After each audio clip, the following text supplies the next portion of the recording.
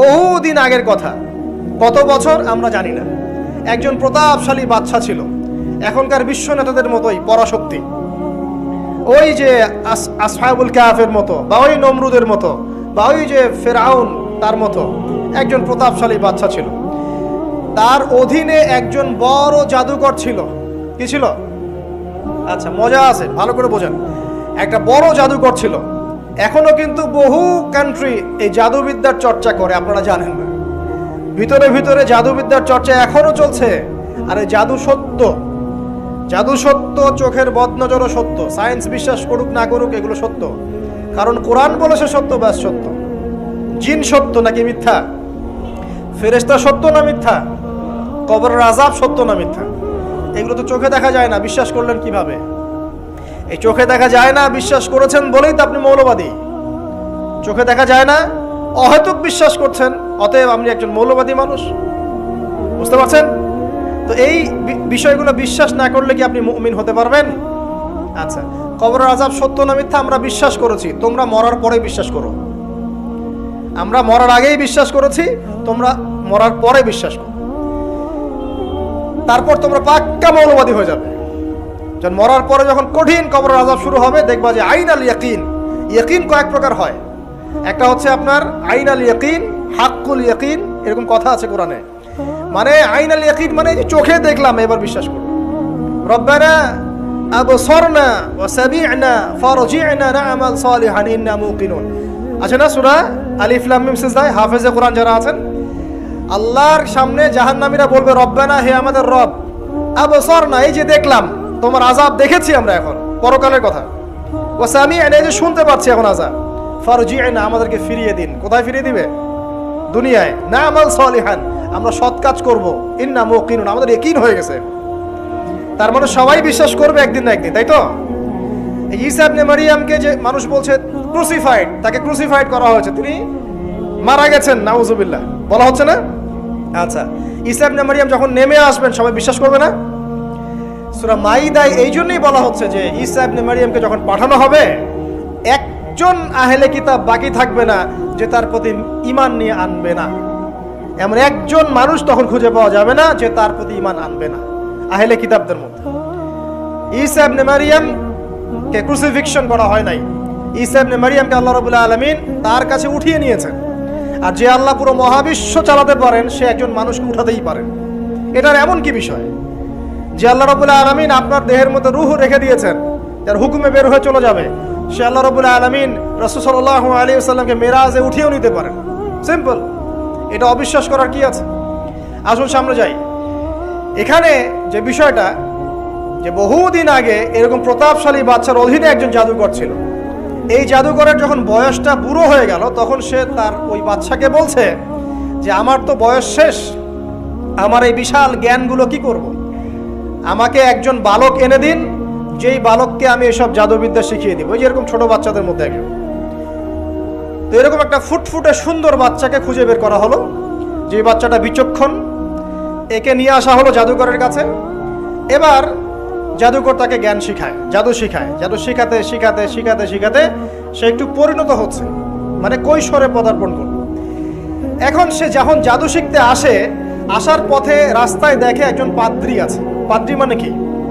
পাদ্রী মানে দরবেশ, মানে যে আল্লাহ বিশ্বাস করে, হয়তো আগেকার আসমানি কিতাবে সে বিশ্বাস করত।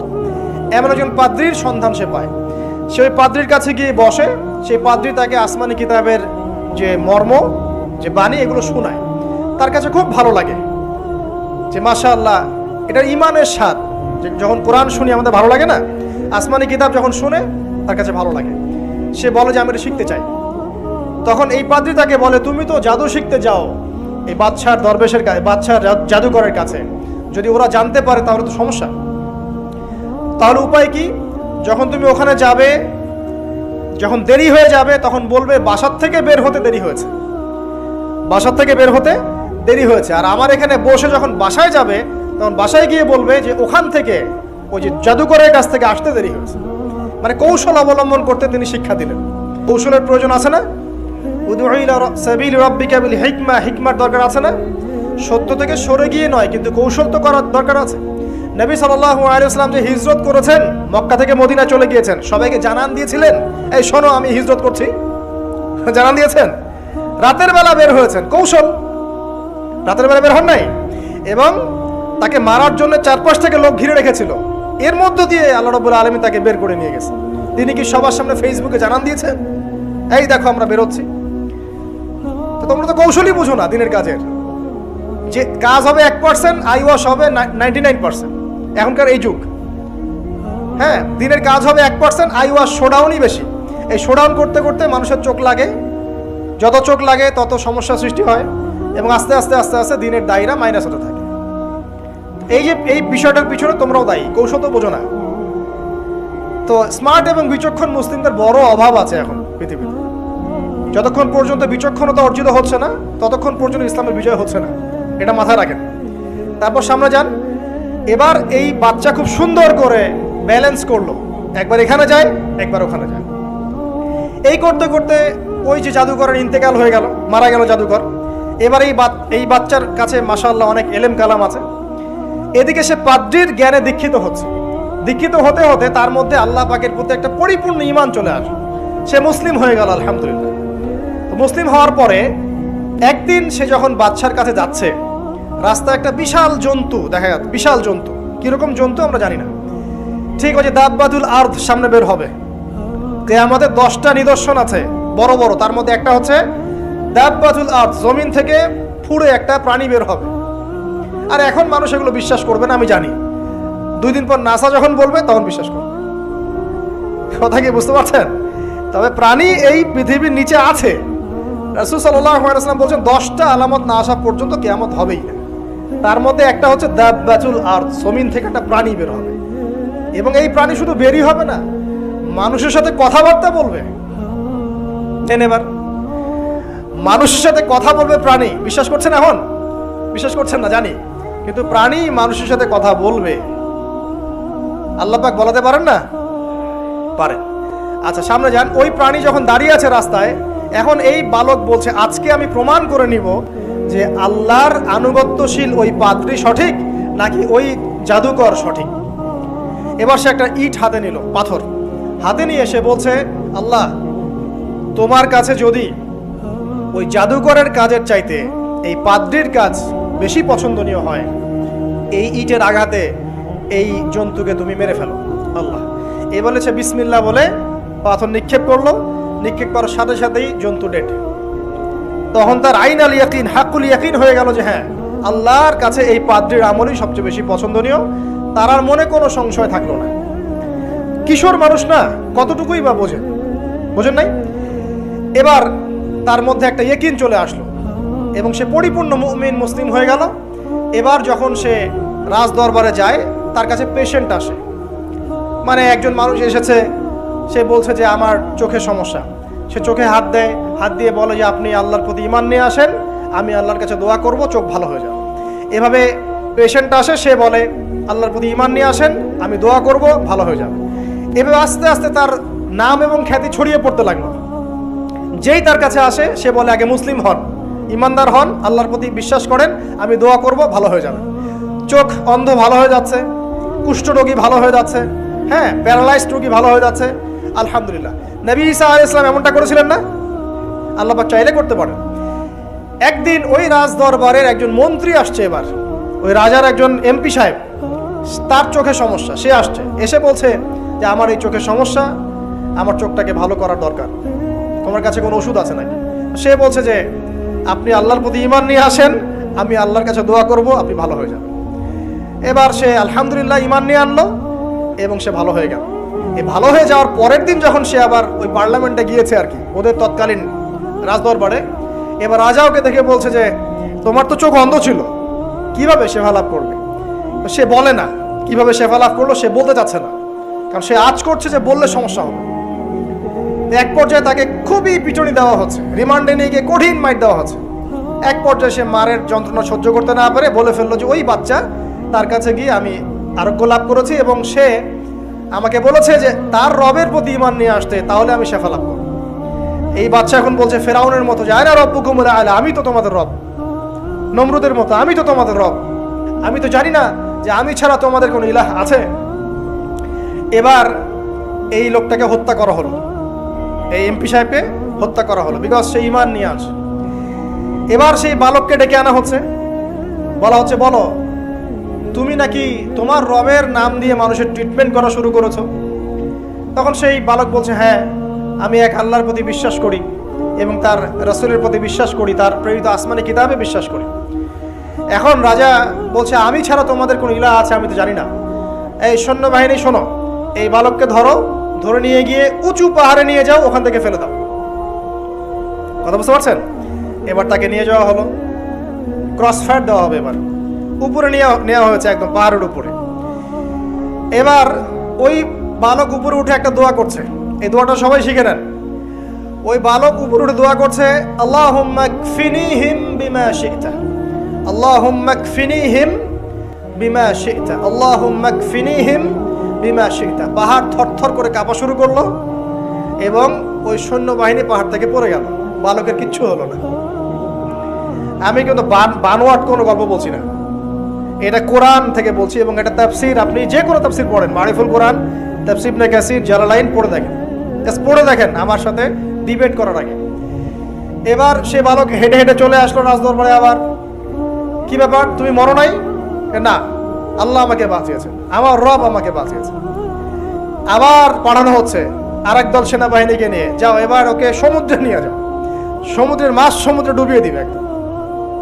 আবার সে ওখানে গিয়ে বলল, আল্লাহুম্মা কফিনিহিম বিমা শি'তা, হে আল্লাহ, অর্থ হচ্ছে হে আল্লাহ আমার বিপক্ষে যারা আছে আপনি যা দিয়ে ইচ্ছা ওদের বিরুদ্ধে আমাকে সাহায্য করেন। অর্থটা হচ্ছে এমন, আল্লাহুম্মা কফিনিহিম বিমা শি'তা, আল্লাহ আপনি আমার জন্য যথেষ্ট হয়ে যান, ওদের বিরুদ্ধে আমার জন্য যথেষ্ট হয়ে যান, যা ইচ্ছা তাই দিয়ে আপনি হেদায়েত করুন, মানে আমাকে হেফাজত করুন। ঠিক আছে, আল্লাহুম্মা কফিনিহিম বিমা শি'তা, ছোট্ট দোয়া। এবার ওই সমুদ্র উত্তাল হওয়া শুরু করলো এবং ওরা জাহাজ থেকে পড়ে গেল। এই বাচ্চা সেফলি আবার চলে আসলো রাজদরবারে। বিশ্বাস করছেন না? চলে আসলো। এবার আসার পরে বলছে, শোনেন, আমাকে এভাবে মারতে পারবেন না, আমাকে এইভাবে মারা যাবে না, আমি আপনাদেরকে বলে দিচ্ছি কিভাবে আপনি আমাকে মারতে পারবেন। তো বাচ্চা বলছে, কিভাবে মারতে পারবো বলো। তখন সেই বাচ্চাটা বলছে যে আপনি সমস্ত এলাকার মানুষকে এক জায়গায় জড়ো করবেন, মানে পুরো নেশনের যত মানুষ সবাইকে একটা মাঠে নিয়ে আসবেন, মাঠের মাঝখানে একটা গাছ রোপণ করবেন বা একটা কিছু স্তম্ভ নির্মাণ করবেন, সেখানে আমাকে বেঁধে ফেলবেন। বেঁধে ফেলার পরে আমার এই ধনুক থেকে একটা তীর বের করবেন, তীর বের করে আপনি নিজ হাতে এই তীরটাকে নিশানা দিবেন, দিয়ে বলবেন বিসমিল্লাহ আল্লাহর নামে, বিসমিল্লাহ আল্লাহর নামে, বিসমিল্লাহি রব্বি হাযাল গোলাম বলে ছুড়বেন।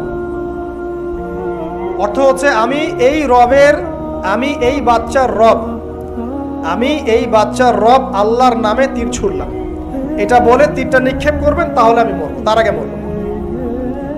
কথা কি বুঝতে পারছি? এবার তাই করা হলো, সমস্ত এলাকার মানুষকে এখানে জড়ো করা হলো। কথাটা ভালো করে বোঝেন, সমস্ত এলাকার মানুষ মানে কি, ওই এলাকার সব মানুষ, মানে মুমিন কাফের যে আছে সবগুলাকে একত্রিত করা হলো। করার পরে বাচ্চাটাকে এভাবে একটা জায়গায় বেঁধে দেওয়া হয়েছে, খেজুর গাছে, তাফসীরে এসেছে খেজুর গাছে। এবার সে এখান থেকে তীর বের করে, বাচ্চা বলছে বিসমিল্লাহি রব্বি হাযাল গোলাম, নিক্ষেপ করলো। তীরটা ঠিক, আল্লাহ পাকের দৃষ্টি দেখেন এত সূক্ষ্ম, ওইটাই বর্ণনা করেছেন। তীরটা ঠিক বাচ্চার এই জায়গায় লেগেছে, এই যে মাথার এখান থেকে লেগে এদিকে বের হয়ে গেছে। ওই বাচ্চা ছেলেটার এই যে কপালের এই পার থেকে এই পার পর্যন্ত তীর চলে গেল এবং বাচ্চাটা শহীদ হয়ে গেল, আলহামদুলিল্লাহ। এবং এই বাচ্চাটা যখন মারা গেল বা শহীদ হয়ে গেল, আর সারা এলাকার মানুষ কি দেখলো, দেখলো যে বাচ্চা তাকে দুইবার চেষ্টা করে মারতে পারে নাই, কিন্তু তার রবের নাম যখন নেওয়া হয়েছে, আল্লাহর নাম নেওয়া হয়েছে, মারতে পেরেছে। দেন অ্যান্ড দেন পুরো এলাকার সমস্ত মানুষ মুসলিম হয়ে গেল, আলহামদুলিল্লাহ।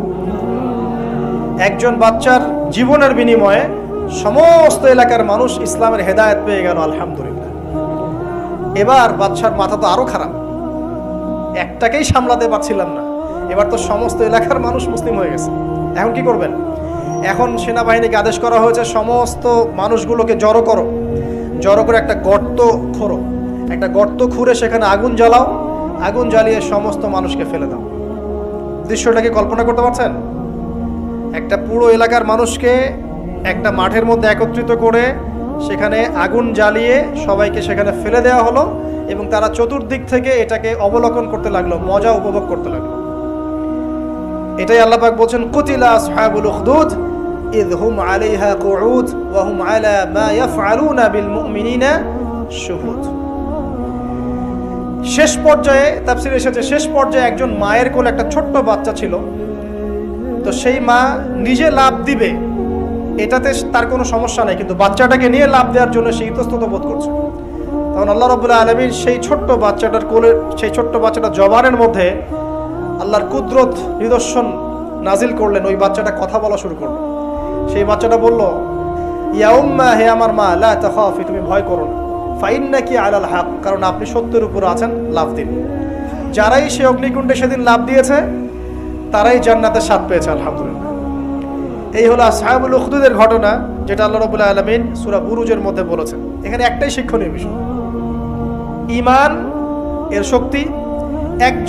একজন ছোট্ট বালকের মধ্য দিয়ে কিভাবে আল্লাহ রাব্বুল আলামিন পুরো নেশনকে হেদায়েত করতে পারেন, এবং আল্লাহ রাব্বুল আলামিন সমস্ত পরিকল্পনার উপরে মহা পরিকল্পনাকারী, এবং আল্লাহ সুবহানাহু ওয়া তাআলা তাদেরকে চিরস্মরণীয় করে রেখেছেন কোরআনের পাতায়। কিয়ামত পর্যন্ত মানুষ এই ঘটনা পড়বে, তাদের থেকে শিক্ষা গ্রহণ করবে না? আল্লাহ রাব্বুল আলামিন সবচেয়ে বেশি স্মার্ট না আমরা সবচেয়ে বেশি স্মার্ট? এরপরে আল্লাহ রাব্বুল আলামিন বলছেন যে তারা ঈমান আনা ছাড়া অন্য কোনো অপরাধ করে নাই। এই মুমিন যারা ছিল, আগুনে লাফ দিয়েছে, এদের কি কোনো অপরাধ ছিল? এদের কোনো অপরাধ ছিল? কি অপরাধ ছিল? তারা শুধুমাত্র কি ছিল? মুমিন ছিল। ঈমান আনার ফলে তাদের এই পরিণতি হয়েছে, তাদেরকে অগ্নিকুণ্ডে লাফ দিতে তারা বাধ্য হয়েছে। যারা দিয়েছে তারা কি জান্নাতি না জাহান্নামী? জান্নাতি। ওই যে বালক যে একা দৃষ্টান্ত স্থাপন করে গেল এবং পুরো নেশনকে হেদায়েত দিয়ে গেল, এই বালক সফল না ব্যর্থ? আল্লাহ রাব্বুল আলামিন যদি চান তাহলে এরকম একজন দুইজন মানুষকে দিয়েও পুরো নেশনকে হেদায়েত করাতে পারেন, এবং যেটা হয়ে গেছে আগে সেটা এই যুগেও সম্ভব। সম্ভব না? শুধু সম্ভবই না, বরং আপনাদের চোখের সামনে এটা হয়েছেও, কিন্তু আপনারা সেটা বুঝতে পারেন নাই। আপনাদের চোখের সামনে যুগের পর যুগ এমন ঘটনা ঘটেছেও, কিন্তু আপনারা হয়তো বুঝতে পারেন নাই, ধরতে পারেন নাই। আল্লাহ রাব্বুল আলামিন এমন মানুষদেরকে দিয়ে পুরো নেশনকে হেদায়েত করেন। কিছু মানুষকে আল্লাহ পাক পরীক্ষায় ফেলেন, তাদের মধ্য দিয়ে আল্লাহ পুরো নেশনকে হেদায়েত করতে পারেন। আলহামদুলিল্লাহ। আসহাবুল উখদুদের এই বাচ্চার মধ্যে আমাদের সবার জন্য নিদর্শন আছে।